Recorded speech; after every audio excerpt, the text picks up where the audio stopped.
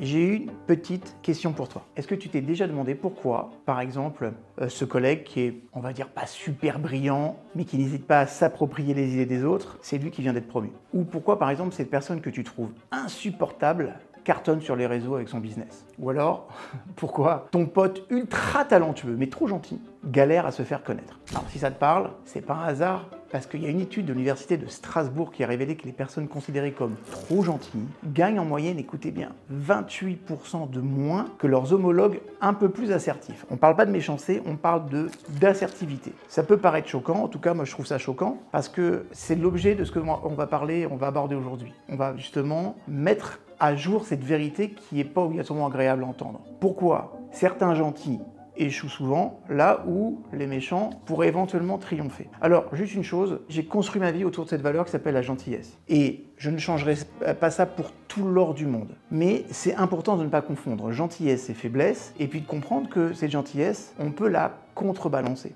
En tout cas, je suis super content de vous retrouver aujourd'hui. On va plonger dans ce sujet. Je pense que ça va sûrement vous bousculer quelque part. On va remettre en question quelques certitudes, mais je vous jure que c'est pour votre bien. D'accord ? Donc, tu le sais, on nous a tous raconté cette belle histoire depuis l'enfance. Sois gentil, partage, ne te mets pas en avant, pense aux autres avant de penser à toi. Ok. Ce sont de super valeurs, vraiment. Le problème, c'est que dans certains contextes, ces mêmes valeurs peuvent devenir de véritables saboteurs de réussite. Et je précise tout de suite, je ne vais pas te conseiller de devenir un gros con ou une grosse conne, ok? Pas du tout. Perso, je pense, comme je vous le disais tout à l'heure, que la gentillesse, c'est une vraie force. Et quand elle est bien intégrée, c'est juste quelque chose de fantastique. Non, je parle de cette gentillesse excessive. Et c'est pour ça qu'aujourd'hui, là, je vais t'expliquer science à la pluie, pourquoi une gentillesse qui est mal calibrée peut te piéger. Et puis comment adopter ce que j'appelle une bienveillance stratégique. C'est cette attitude qui te permet justement de rester fidèle à tes valeurs tout en atteignant tes objectifs. Si tu es d'accord avec moi, si d'abord le préambule te convient, on y va et on va parler de neurobiologie de la gentillesse. Parce que quelque part, notre cerveau nous piège un peu. Pour comprendre ce phénomène, il faut obligatoirement plonger dans cette boîte crânienne, cette machine incroyable qui régit tous nos comportements. En clair, notre cerveau possède deux circuits particulièrement intéressants pour notre sujet d'aujourd'hui. Le circuit de l'affiliation et le circuit de la dominance. Le professeur Robert Sapolsky, dans ses travaux sur le stress social, il explique que nous naviguons en permanence entre ces deux modes. Le mode affiliation, qui nous pousse à rechercher l'harmonie sociale et, j'ai envie de dire, à nous faire apprécier. Et le mode dominance, c'est celui qui nous permet d'affirmer nos besoins et de prendre notre place. Ce qui est super intéressant, c'est que ces circuits s'inhibent mutuellement. Quand l'un est activé, l'autre, eh bien, il est partiellement désactivé. Et devinez quoi? Chez les personnes trop gentilles, le circuit d'affiliation est chroniquement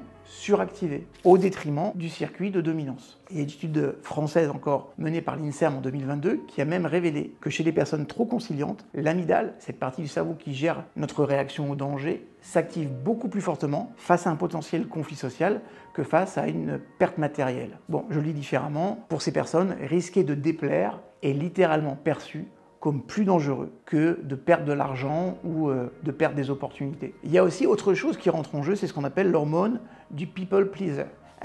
Ça, c'est un truc très particulier. Vous connaissez probablement l'ocytocine, souvent surnommée l'hormone de l'amour. Elle joue un rôle clé dans nos liens sociaux. Maintenant, je vais vous dire un truc qu'on nous dit quasiment jamais par rapport à ça. Des niveaux chroniquement élevés d'ocytocine peuvent rendre certaines personnes tellement focalisées sur le bien-être des autres qu'elles en oublient complètement leurs propres besoins. Une recherche de l'Université de Genève a démontré que les personnes qui ont naturellement plus de récepteurs à l'ocytocine sont statistiquement plus sensibles d'accepter des situations désavantageuses pour éviter les conflits. C'est littéralement ce qu'on appelle une prédisposition biologique au syndrome du doormat. Ou alors, on appelle ça le syndrome du paillasson. Ça veut dire quoi? Ça veut dire qu'on va se laisser marcher dessus. En clair, c'est ça. Alors attention, c'est pas une fatalité. La neuroplasticité nous permet de reconfigurer ces schémas. Tant mieux. Ça, on le verra un tout petit peu plus tard. Il y a autre chose qui rentre en jeu, c'est ce qu'on appelle le paradoxe émotionnel. Oui, on peut voir la colère comme une ressource. Je sais que souvent, quand on parle de colère, c'est limite un sujet un peu tabou. Dans notre société, la colère, elle est généralement perçue comme négative, surtout pour les personnes gentilles. Pourtant, d'un point de vue évolutif, la colère, c'est une émotion essentielle. Le docteur David Anscombe, qui est neurochirurgien et spécialisé dans la gestion de la douleur, a fait une découverte hyper intéressante. Les patients incapables d'exprimer leur colère de façon saine présentaient des taux d'inflammation chronique significativement plus élevés. Moins tu exprimes ta colère, plus tu as une inflammation chronique. Ça veut dire quoi? Ça veut dire que plus tu vas réprimer ta colère pour rester gentil, pour obtenir ce que l'on veut et faire plaisir aux autres, et bah ça là, physiquement, ça te rend malade. Il y a autre chose qui est encore plus intéressant. C'est l'équipe professeur de Didier Grosjean de l'Université de Genève, une fois encore, parce qu'ils ont hyper focalisé sur ces travaux, et son équipe ont démontré que la colère, lorsqu'elle est correctement canalisée, améliore notre capacité à prendre des décisions avantageuses et à défendre nos intérêts. Le problème, c'est que les personnes trop gentilles ont souvent appris à considérer leur colère comme dangereuse ou honteuse, se privant comme ça d'une espèce de ressource émotionnelle qui est très précieuse. Après, on a aussi les pièges sociaux des trop gentils. Parce que si on veut comprendre le phénomène, il faut qu'on passe aux manifestations concrètes de cette gentillesse excessive dans notre vie quotidienne. D'abord, il y a quelque chose que vous devez intégrer, c'est ce qu'on appelle le biais d'agréabilité, qui sabote littéralement les choses. Ça, c'est le premier piège, le biais d'agréabilité. Il y a une étude européenne qui a été menée auprès de 1200 professionnels qui a révélé un paradoxe assez intéressant. Au-delà d'un certain seuil, plus une personne est perçue comme agréable, moins elle est perçue comme compétente. Ça veut dire que tu peux être gentil dans certains contextes, c'est ok, mais dès que tu vas arriver dans des contextes exigeants, professionnels, plus tu vas être trop gentil et plus on va se poser des questions sur ta compétence ou tes compétences. C'est ce que le sociologue Pierre Bourdieu, il appelait un effet de champ. Dans certains environnements professionnels, être trop accommodant envoie inconsciemment le signal que vous manquez de confiance dans vos compétences. Vous savez, il y a des personnes qui acquiescent à tout, qui s'excusent constamment, qui présentent leurs idées mais qui disent peut-être ou si seulement ça vous convient. Et bah ça finit par être... on se pose des questions, on se dit mais pourquoi elle s'excuse tout le temps? Si elle est vraiment très forte, si elle est bonne, elle n'a pas besoin de se justifier ou en permanence de se mettre en arrière. Et là, sachez que ce phénomène, il est particulièrement marqué pour les femmes qui sont socialement plus encouragées à adopter ces comportements conciliants qui créent encore aujourd'hui un double piège. Et ne me faites pas dire que je suis macho, je regarde juste les faits. Il y a aussi quelque chose qu'on appelle la spirale de l'exploitation. Ça, c'est le deuxième piège, c'est l'effet cumulatif de l'exploitation. Il y a une étude longitudinale, cette fois-ci de l'Université de Lausanne, qui a suivi pendant 5 ans des personnes qui sont identifiées comme hautement serviables. Et les résultats sont édifiants. 78% d'entre elles ont progressivement vu leur charge de travail augmenter sans compensation de salaire. Elles ont été moins souvent promues que leurs collègues qui étaient plus assertifs et ils ont développé des symptômes de burn-out ou d'épuisement émotionnel. L'explication est simple, c'est ce que les chercheurs appellent l'effet de référence comportementale. En psychologie sociale, lorsque vous établissez un précédent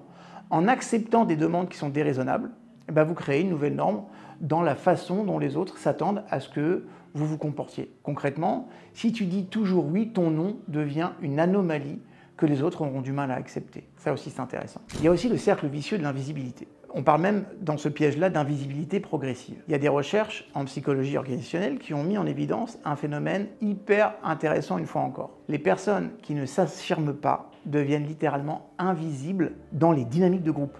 Dans une expérience qui a été randomisée, il y a des chercheurs qui ont filmé des réunions d'équipe et ont demandé aux participants, une semaine plus tard, de se rappeler qui avait proposé telle ou telle idée. Résultat, les contributions des personnes les plus effacées étaient systématiquement attribuées à d'autres ou tout simplement oubliées. Pire encore, lorsque ces mêmes personnes tentaient finalement de s'affirmer, leur comportement était perçu comme « c'est pas habituel, c'est hors caractère », et parfois du coup mal reçu. Donc faites attention, c'est un véritable piège social dans lequel vous ne devez pas rentrer. On a aussi un autre piège qui s'appelle l'anxiété du non. Parce que, venez, c'est important qu'on parle de ça, de cette peur pathologique du refus. Il y a des neuroscientifiques de l'université de Louvain qui ont réalisé des IRM cérébraux sur des personnes devant refuser une demande. Et chez les sujets identifiés comme people pleaser, vous savez, je veux faire plaisir aux autres, les zones du cerveau associées à la douleur physique s'activaient. Ça veut dire que pour ces personnes-là, dire non provoque littéralement une souffrance comparable à une douleur physique. Donc là, à ce moment-là, c'est plus de la faiblesse de caractère, c'est une réaction neurologique réelle. Et cette anxiété face au refus va créer ce que la psychologue française Claire Martin appelle le syndrome de l'imposteur inversé. C'est la conviction profonde que sans votre serviabilité excessive, vous n'avez aucune valeur aux yeux des autres. Ça, c'est pour la partie tableau pas sympa. Mais c'est important que vous en preniez conscience et que peut-être, d'ailleurs vous pouvez le dire dans les commentaires, si vous vous retrouvez partiellement ou totalement dans ces différents travers. Ce qui est important, si on veut sortir de tout ça, c'est d'apprendre à développer ce qu'on appelle la bienveillance stratégique. Et c'est cette partie-là, je pense, qui va vous intéresser le plus. Parce qu'on va voir comment adopter les stratégies gagnantes et puis surtout les stratégies des personnes qui sont assertives, qui obtiennent ce qu'elles veulent mais sans sacrifier leurs valeurs. D'abord, ce qu'il faut faire, c'est recalibrer ton circuit de dominance. Ça, c'est la première stratégie. On doit apprendre à réactiver sainement le circuit de dominance cérébrale. D'ailleurs, il y a des recherches qui avaient été menées par Boris Cyrulnik qui ont démontré que de simples changements posturaux peuvent modifier notre biochimie. Okay, les fameuses power poses. C'est Amy Cuddy qui avait abordé ça. C'est pas un mythe. Elle a été validée par des études européennes qui ont mesuré une baisse de cortisol, l'hormone du stress, et une hausse de testostérone, l'hormone de l'assertivité, après seulement 2 minutes dans une posture d'expansion corporelle. Le protocole que je recommande, chaque matin, 2 minutes en posture haute. Vous savez, les épaules ouvertes, la tête droite, et on répète des affirmations d'autorité personnelle, comme « mes besoins sont légitimes et je mérite ma place ». On met bien les épaules en arrière, c'est un signe de confiance, c'est un signe d'autorité. « Mes besoins sont légitimes et je mérite ma place ». Eh bien, ce simple rituel a transformé la carrière de nombreux clients, notamment à des personnes avec lesquelles j'ai travaillé, juste en modifiant progressivement leur présence sociale. Il y a aussi la technique du non en sandwich. Pour ceux qui ont du mal à refuser, je vous donne une technique qui a été validée par les recherches en communication assertive, c'est ce qu'on appelle le non sandwich. C'est une structure de communication qui a été développée par des psychologues de l'université de Louvain aussi. Le protocole, il est simple. Vous commencez par une validation. Par exemple, je comprends l'importance de ce projet. On valide toujours la personne. Ensuite, on exprime clairement notre refus. Malheureusement, je ne pourrais pas m'en charger. Et on propose une alternative ou une explication brève. Par contre, voilà ce que je peux faire à la place, ou je ne peux pas faire en raison de tous les engagements que j'ai là actuellement, mais si tu veux, je veux bien essayer de te trouver quelqu'un pour t'aider. L'efficacité de cette méthode a été démontrée dans une étude comparant différentes façons de refuser. Eh bien, sachez que le non-sandwich a été perçu comme à la fois respectueux et ferme. Respectueux et ferme, c'est la combinaison idéale. En tout cas, ce qui est vraiment intéressant dans tout ça, c'est que les personnes qui utilisent ces techniques sont perçues comme plus compétentes que celles qui refusent négativement, sèchement. Autre technique qui est intéressante, c'est la technique de l'auto-ancrage. Les personnes que l'on qualifie parfois de méchantes comprennent intuitivement l'importance de l'auto-ancrage social. Il y a des études en assertivité qui ont été faites par l'Université de Londres qui ont montré que les premières interactions établissent des scripts relationnels qui sont difficiles à modifier par la suite. Bon, en clair, la façon dont vous vous positionnez au début d'une relation détermine largement comment les autres vous traiteront par la suite. Donc, la bonne stratégie à adopter, c'est quoi? Dans vos premières interactions, par exemple, dans un nouveau contexte, au boulot ou ailleurs, établissez clairement vos limites et vos standards. Ça peut sembler contre-intuitif pour les gentils qui veulent plaire immédiatement, mais c'est infiniment plus efficace à long terme. Sachez qu'il y a des études qui ont été menées auprès d'employés nouveaux, et ces études ont démontré que ceux qui établissent clairement leurs limites, dans les premières semaines, avaient 63% de moins de chances de souffrir de surcharge de travail 1 an plus tard, parce qu'ils savaient dire non, ils savaient poser leurs limites. Autre chose, et ça c'est les neurosciences qui vont nous intéresser avec les neurosciences avec une particularité cognitive, c'est la perspective du spectateur. Ça c'est une technique cognitive qui est particulièrement puissante pour les personnes qui sont trop empathiques. Il y a des chercheurs qui ont développé dans ce domaine, dans l'approche cognitive, quelque chose qu'on appelle la perspective du spectateur. L'idée elle est extrêmement simple. Face à une situation où vous avez tendance à vous sacrifier, imaginez que vous observez la scène comme un spectateur extérieur. Et là vous posez cette question. Que conseilleriez-vous à la personne que vous voyez, en l'occurrence vous-même, d'accord? Eh bien, cette dissociation cognitive, elle permet d'activer les zones préfrontales du cerveau associées à la prise de décision rationnelle, donc le cortex préfrontal, plutôt que les zones limbiques qui vont être liées à la peur du rejet. Dans des tests pratiques, les participants qui utilisent cette technique prennent des décisions 42% plus avantageuses pour eux-mêmes, tout en maintenant des relations saines. Et puis, je vous parlerai aussi d'une autre technique qui s'appelle la règle des 3 R. Reconnaissance, réciprocité, respect. Je répète, reconnaissance, réciprocité, respect. Ça va être le mot de la fin. La philosophie des 3 R a été développée par le psychologue français qui s'appelle Jean-Claude Kaufmann. Reconnaissance, vous apprenez à reconnaître votre propre valeur avant de chercher la validation externe. Réciprocité, vous évaluez systématiquement si vos relations sont équilibrées en termes d'échange. Donc d'abord, 1, j'apprends à reconnaître ma propre valeur. Ensuite, 2, je vais voir est-ce que dans la charge de travail, dans les demandes qui sont faites, est-ce que c'est pas toujours dans le même sens? Et le respect, c'est commencer par vous respecter vous-même avant d'exiger le respect des autres. Et ça, c'est super important. Dans d'autres études, on a vu que les personnes qui appliquaient consciemment ces 3 principes voyaient une amélioration significative de leur assertivité en seulement 8 semaines, sans effet négatif sur leurs relations significatives. Plutôt intéressant. Donc, contrairement aux idées reçues, les relations importantes s'amélioraient parce qu'elles devenaient beaucoup plus authentiques et beaucoup plus équilibrées. Ok, on arrive à la fin de notre vérité qui dérange.